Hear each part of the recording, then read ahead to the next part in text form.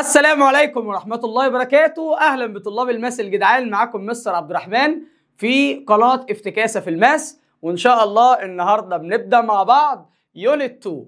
أيوة ما شاء الله الحمد لله، 5 في وشكم كده، مش بخمس ده عشان أنا خلصت أول 5 ليسونز في المنهج بتاع بريب 2 المنهج الجديد. خدنا ليسون 1 و 2 و 3 و 4 و 5 الحمد لله، وخلصنا منهم اللي كان فيهم الريد نمبرز والاوبريشن والاكسبوننس والباور والشغل ده خلصنا منه. ولكن للاسف يا حبيبي يا محترم انت ما خلصتش، انت لسه هتبدا حياتك.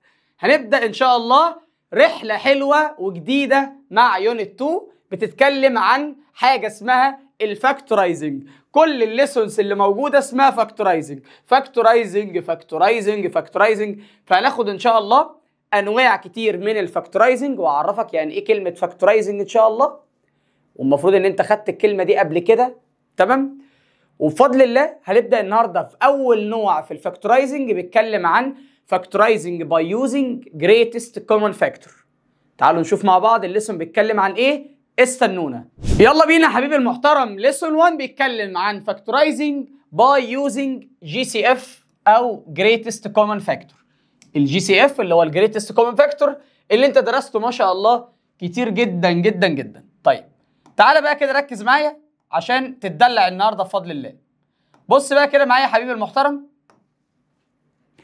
عايز بس اعرفك حاجه بسيطه جدا علشان الدرس ده ان شاء الله يكون سهل بالنسبه لك ومش عايزين نرغي كتير.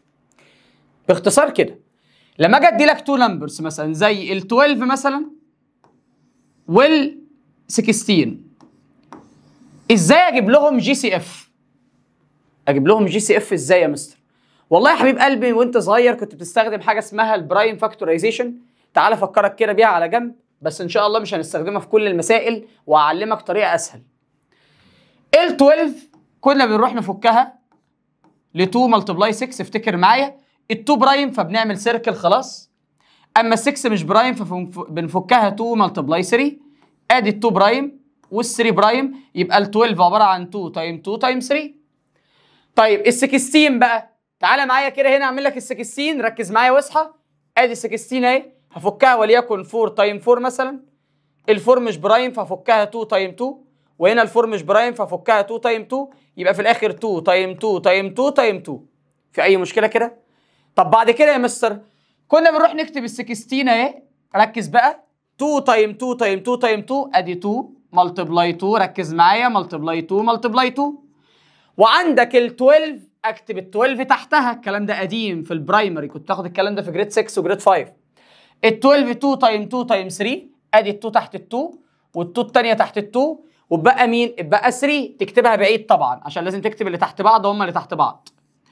طبعا عندك دول كومن وعندك دول كومن، فكنت علشان تروح تجيب الجي سي اف اللي هو الجريتست كومن فاكتور كنت بتاخد المتكررين. هنا متكرر ناخد منها واحده، وهنا متكرر ناخد منها واحده، هنا مش متكرر ولا هنا ولا هنا فمش بناخد حاجه.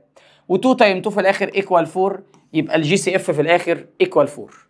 طيب يا مستر يا جميل، كل ده عشان تجيب الجي سي اف؟ حبيبي المحترم لو انت طبعا راجل كبير دلوقتي في تانية اعدادي ما شاء الله، وصلت معايا كمان يونت 2 في المنهج الجديد، فانت مش محتاج تعمل كل الكلام ده غير لو انت بقى دماغك دي واقفه. يعني تعالى افهمك بقى الموضوع بطريقه اسهل من كده بكتير. بص بقى ركز معايا ويلا بينا. بص معايا باختصار كده، هغير لك بس اللون ونكبر الخط شويه ونشتغل مع بعض. انا كتبت لك دلوقتي 12 وكتبت لك 16 وانا عايز اجيب لهم جي سي اف. جي سي اف يعني ايه؟ يعني عايز اجيب اكبر نمبر ينفع يتعمل له ديفايدد عليهم هما الاثنين. يعني ايه النمبر اللي ينفع اعمل له ديفايدد، او اللي ايه النمبر اللي هيكون ال 12 هينفع يتعمل لها ديفايدد عليه هي وال 16. فلما اجي افكر كده هلاقي ال 2 تنفع، هنا 12 ينفع اعمل ديفايدد 2 ينفع، وال 16 ينفع اعمل لها ديفايدد 2 ينفع، بس انا عايز الجي سي اف. الجي سي اف الجريتست كومن فاكتور. فهاجي افكر تاني، اجي مثلا اقول 8 مثلا. ال 8 تنفع هنا بس مش تنفع هنا، لو جيت عملت 12 ديفايدد 8 هيديك فراكشن فمش هينفع. فلما اجي افكر كده بالعقل هلاقي والله ان ال 4 خلاص هتنفع.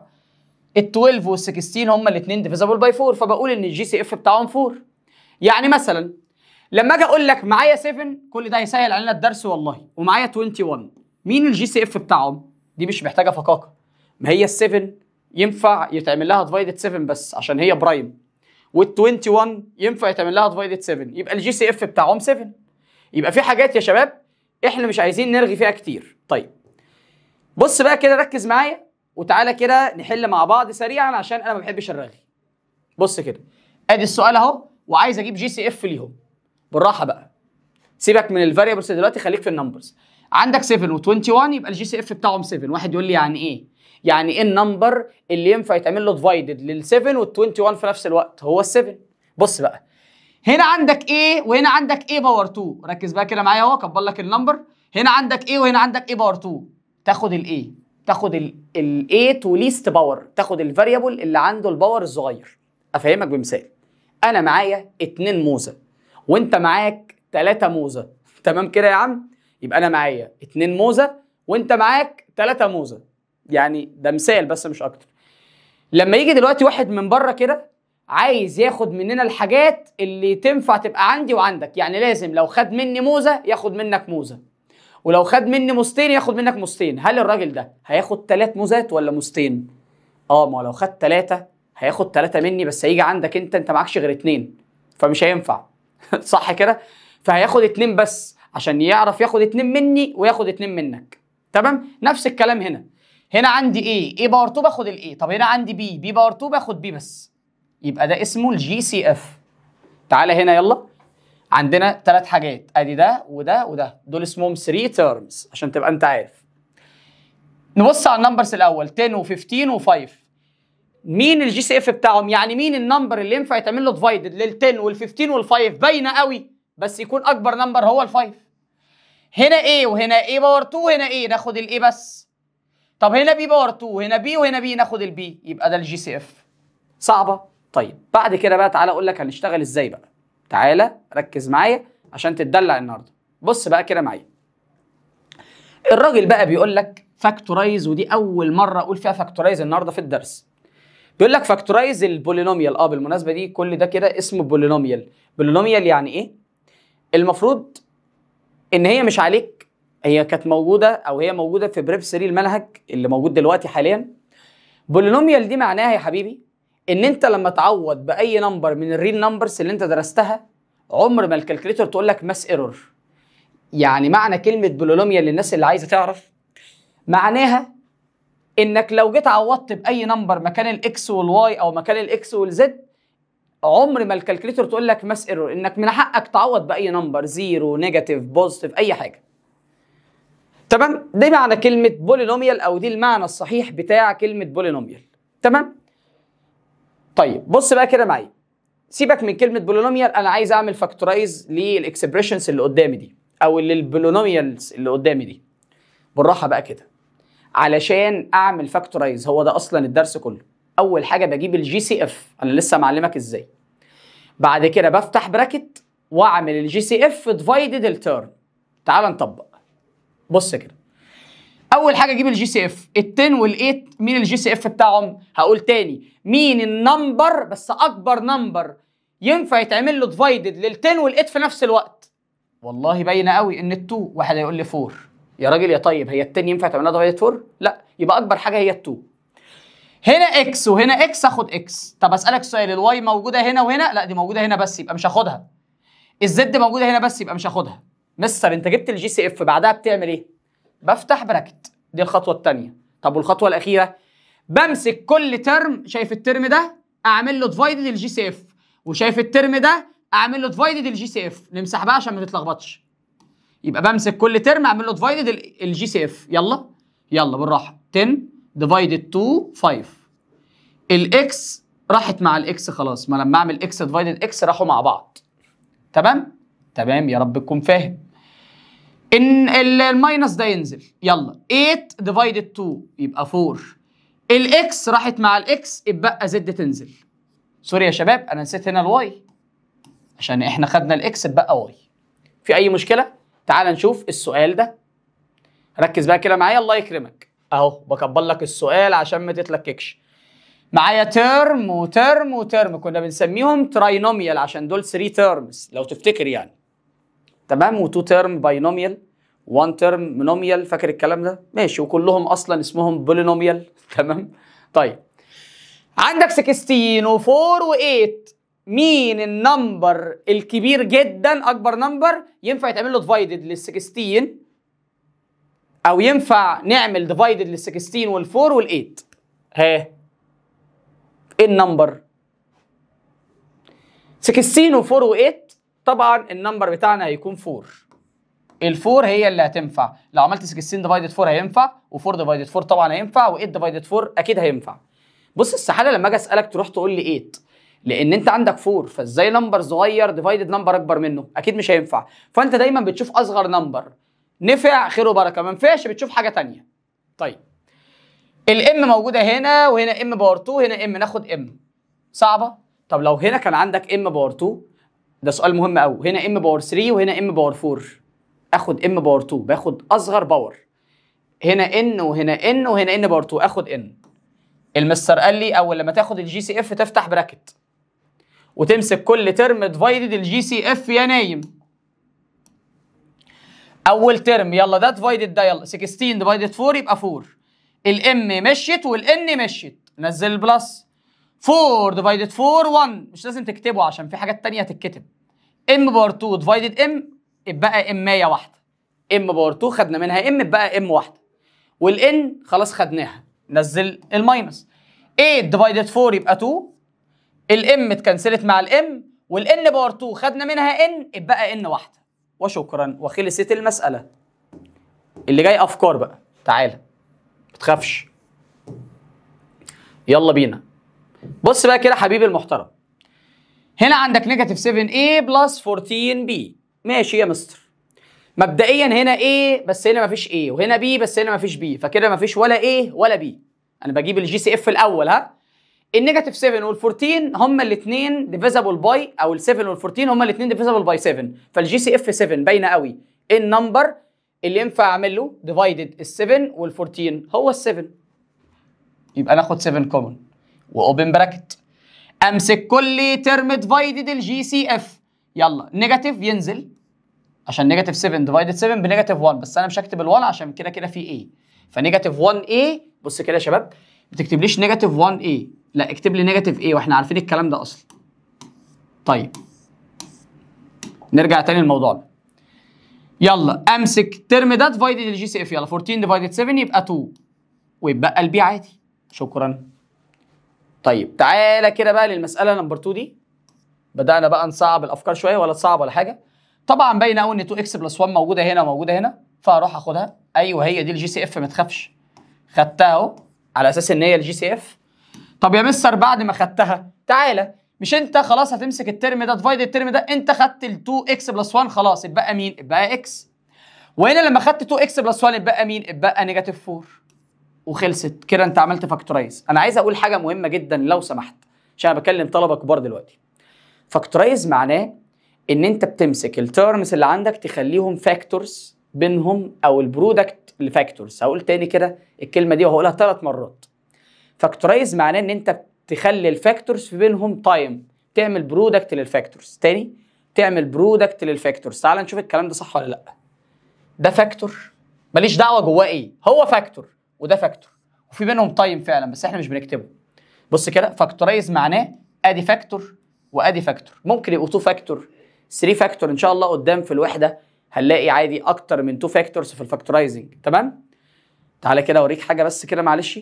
فاكتورايز او فاكتورايز يعني ايه؟ يعني انا مسكت التيرمز دي خليتها فاكتور، ادي فاكتور وادي فاكتور اهي، فاكتور وده كله فاكتور. تمام. طيب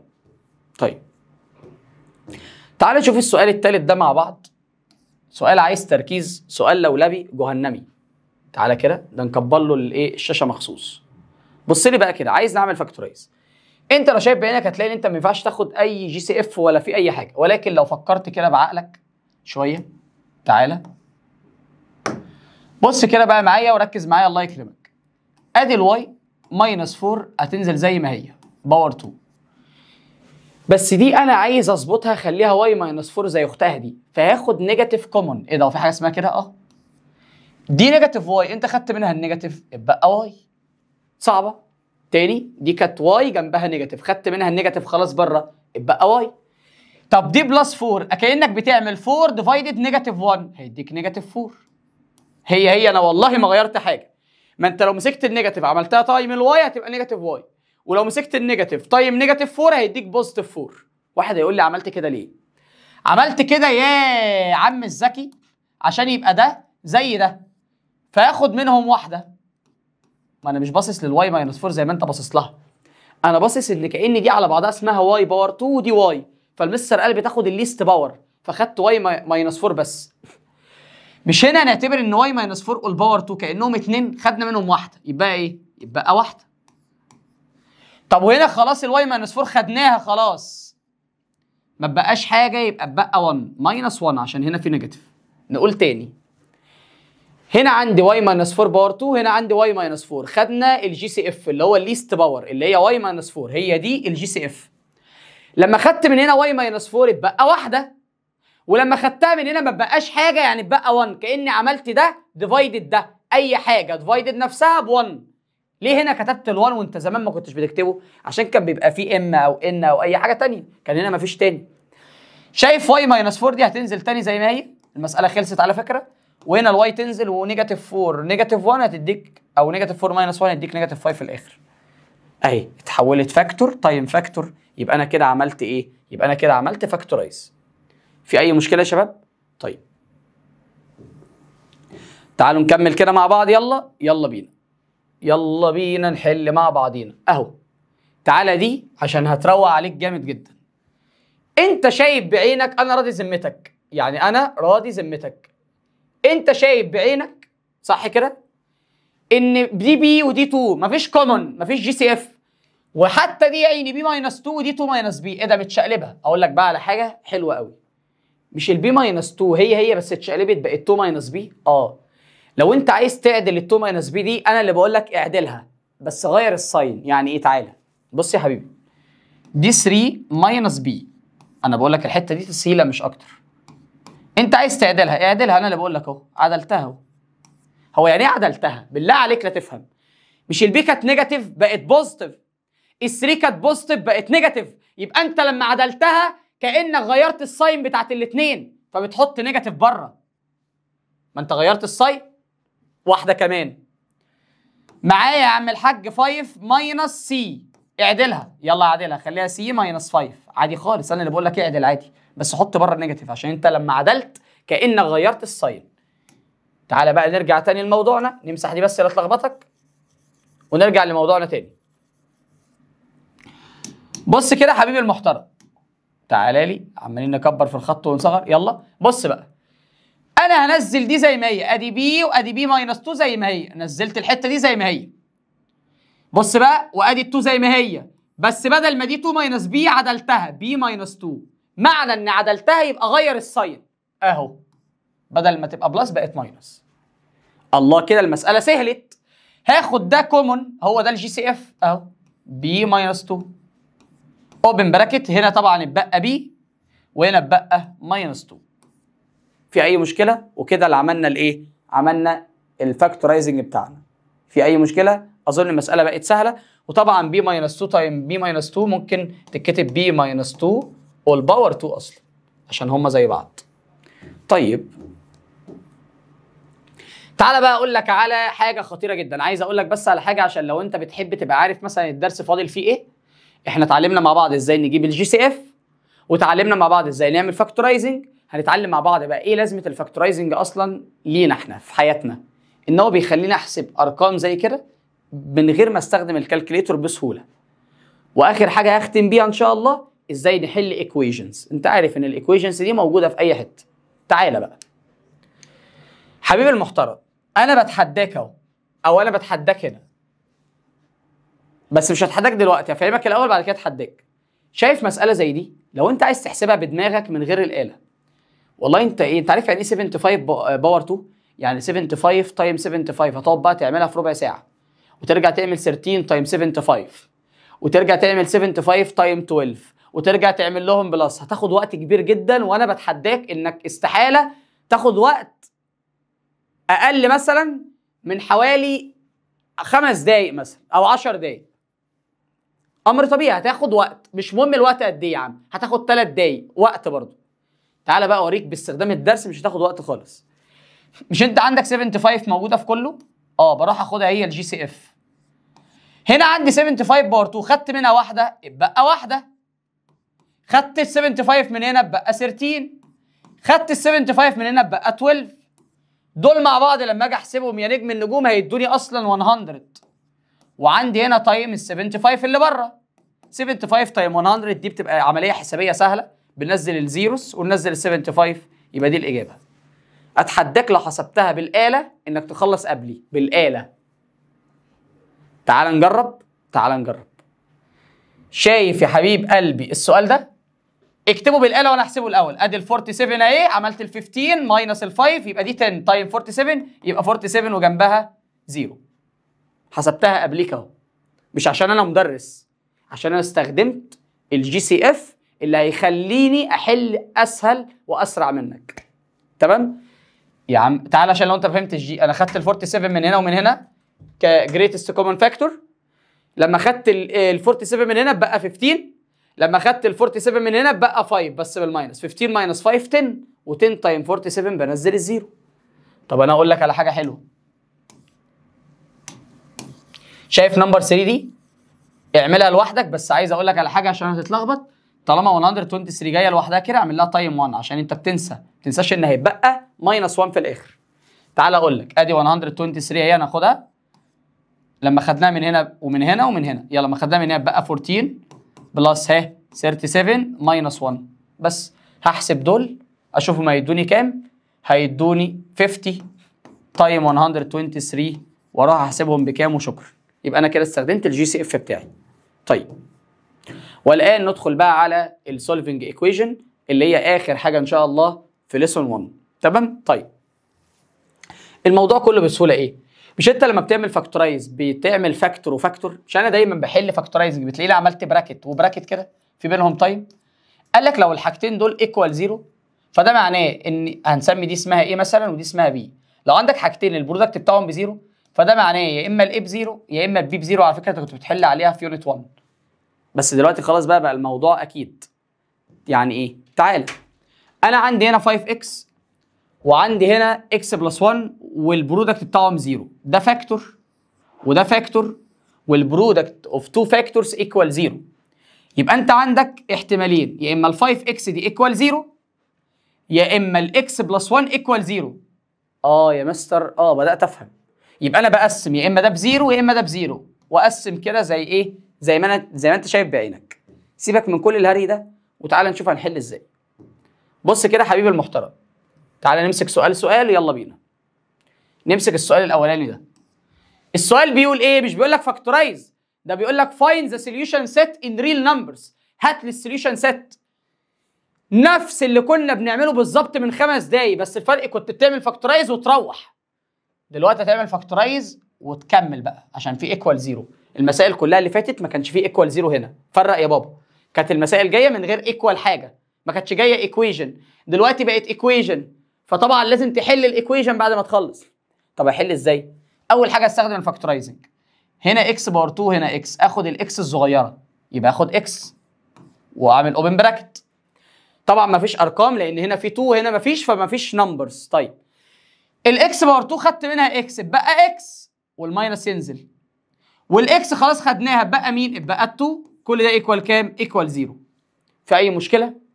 اقسم كده يبقى يا اما الاكس بزيرو يا اما الاكس ماينس 2 بزيرو، صح؟ ولما اطرد النيجاتيف 2 يبقى الاكس بكام؟ ب 2. يبقى السوليوشن ست في الاخر عشان لو انت نايم، ست جواها 0 و2. نحل تاني؟ نحل تاني. تعالى نحل مع بعض السؤال ده. هنا عندك اكس باور 3 وهنا اكس، هناخد اكس، بناخد الاكس الصغيره. اكس باور 3 خدت منها اكس يبقى اكس باور 2، والاكس خلاص خدتها يبقى ما بقاش حاجه يعني 1. ها كل ده ايكوال كام؟ 0. طب تعالى كده ركز معايا، يلا نقسم الصفحه. مكبر لك الخط اهو قد العجل. يلا يا باشا بص بقى نقسم كده. يبقى يا اما الاكس بزيرو، دي اول احتمال، يا اما الاكس باور 2 بلس 1 بزيرو. طبعا لما اطرد ال1 هيبقى الاكس باور 2 بكام؟ بنيجاتيف 1. في مشكله كبيره بقى. مش انت عشان تخلص من باور 2 ده انت عارف من يونت 1 تاخد سكوير روت؟ هو في سكوير روت لنمبر نيجاتيف؟ لا طبعا، دي مالهاش حل. تقول له نوت بيلونج ار، يبقى الحل هو 0 بس. تاني، اي اكس سكوير ايكوال اي نمبر نيجاتيف مالهاش حل في الرين نمبرز، ان شاء الله يبقى ليها حل في اولى ثانوي. تمام؟ يبقى السوليوشن ست بتاعتنا هي الزيرو بس وشكرا. تمام؟ طيب عايزين نحل مع بعض. يلا نيجي بقى للجنب الحلو ده شويه. يلا يا باشا تعالى نحل مع بعض بقى ايه المساله رقم 4 دي، عشان لازم احل معاك حاجه تقيله شويه او فيها فكر. هنا عندك اكس وعندك اكس ماينس 3 وهنا عندك اكس ماينس 3. معلش حط لها براكت كده. يا مستر، طب وماذا بعد يعني؟ تعال نغير الازرق ده عشان انا زهقت منه. بص بقى، ركز معايا يا محترم. بص بقى، ايه رايك انا همسك الاكس ماينس 3 ده على بعضها واديها الناحيه الثانيه. هي على بعضها، يبقى ادي الاكس تنزل والاكس ماينس 3 تنزل. ركز. ودي ليه اوديها؟ عشان انا عايز الايكويشن تبقى ايكوال 0. عايز اودي دي هناك عشان هنا يبقى في 0. اقول تاني، عايز امسك ده واديه هناك عشان هنا يبقى في 0. شايف اكس ماينس 3 ده على بعضها واديها الناحيه الثانيه بالنيجاتيف. يبقى ادي نيجاتيف وخلي اكس ماينس 3 زي بعضها ايكوال 0. كل اللي عملته ايه؟ نزلت دي زي ما هي ومشيت دي الناحيه الثانيه في الاذر سايد بالنيجاتيف. كل ده ايكوال 0. ليه يا مستر عملت كده؟ عشان كده عرفت الجي سي اف اكس ماينس 3 اهو. اروح كاتب اكس ماينس 3 هو الجي سي اف. خدت الاكس ماينس 3 من هنا بقى اكس. خدت الاكس ماينس 3 من هنا بقى نيجاتيف 1. كل ده ايكوال 0. قسم يلا وسمعني. يبقى يا اما لا قسم يعني هنا مش تقسم ماشي. اكس ماينس 3 ب0 يبقى الاكس ب3. وهنا يا اما الاكس ماينس 1 ب0 اطرد النيجاتيف 1 يروح بالبوزيتيف يبقى الاكس ب1. يبقى السوليوشن ست يا محترم 3 و1. اظن كده انت تروق عليك جامد جدا.